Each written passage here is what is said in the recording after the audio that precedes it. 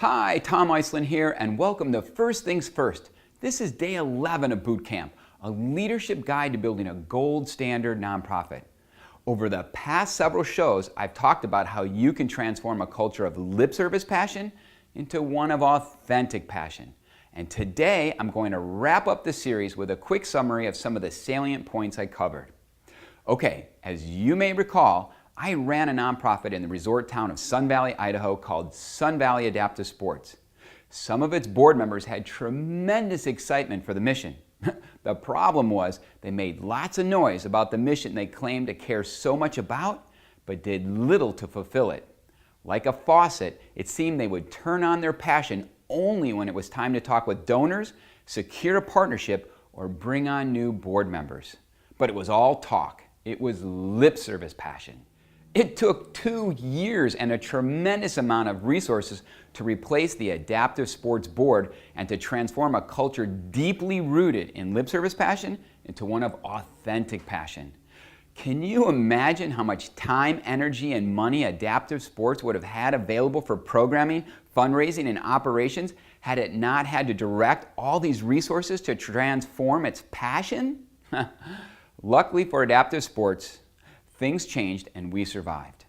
Most nonprofits with lip service passion do not change. They flail and flounder to the point where funding dries up, people leave, and the mission wilts like a flower that's been starved of water. If you want to be a high-performance, do-something nonprofit, authentic passion must be front and center in the hearts and minds of everyone connected with your nonprofit. It must be one of your structural and philosophical cornerstones, and it must be one of the first stones and one of the most stable stones you put in place. As I said, the success and sustainability of everything your nonprofit does ultimately depends on it. If you're a startup nonprofit, it's easier to establish a culture of authentic passion early on. You can include it in your bylaws, outline it in your statement of purpose, and hire staff and nominate board members with track records of authentic passion.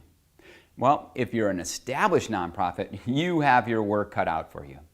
You need to change your core documents, inspire staff and board members to change their ways, a huge challenge, and change the style in which you manage people and run operations. It will be like remodeling a home while you're still living in it.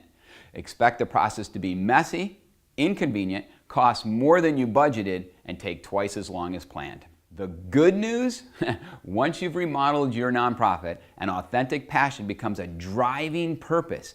Profound things happen. Money flows from unexpected sources. Volunteers offer limitless gifts and talents. Businesses shower you with donated services, and reporters call you to write feature stories.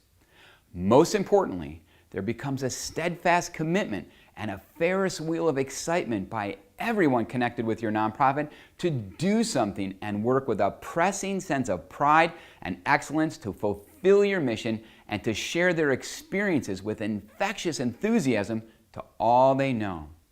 Lip service passion becomes full service, authentic passion, and everyone walks the walk with honor, humility, and gratitude. It's nonprofit bliss. Well, that's it for authentic passion. Tune in next week when I kick off a new bootcamp series on how to create a unifying culture, a do-something culture. And don't forget to write me. Ask me a question or tell me what you would like to see on the show. Until next week, create a great day. Hoo-yah!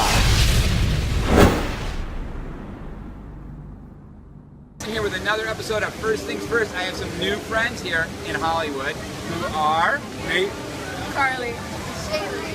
And even though they don't know a lot about First Things First, they're very excited to learn more. Tell me what would you like to know? You know, I don't know not one thing about First Things First. I just hooked this man up with a car charger for his iPhone. Which is why we can do this video. Boy. So again, do what's right for your nonprofit, not what's convenient or easy. And join me for next week for another episode of First Things First.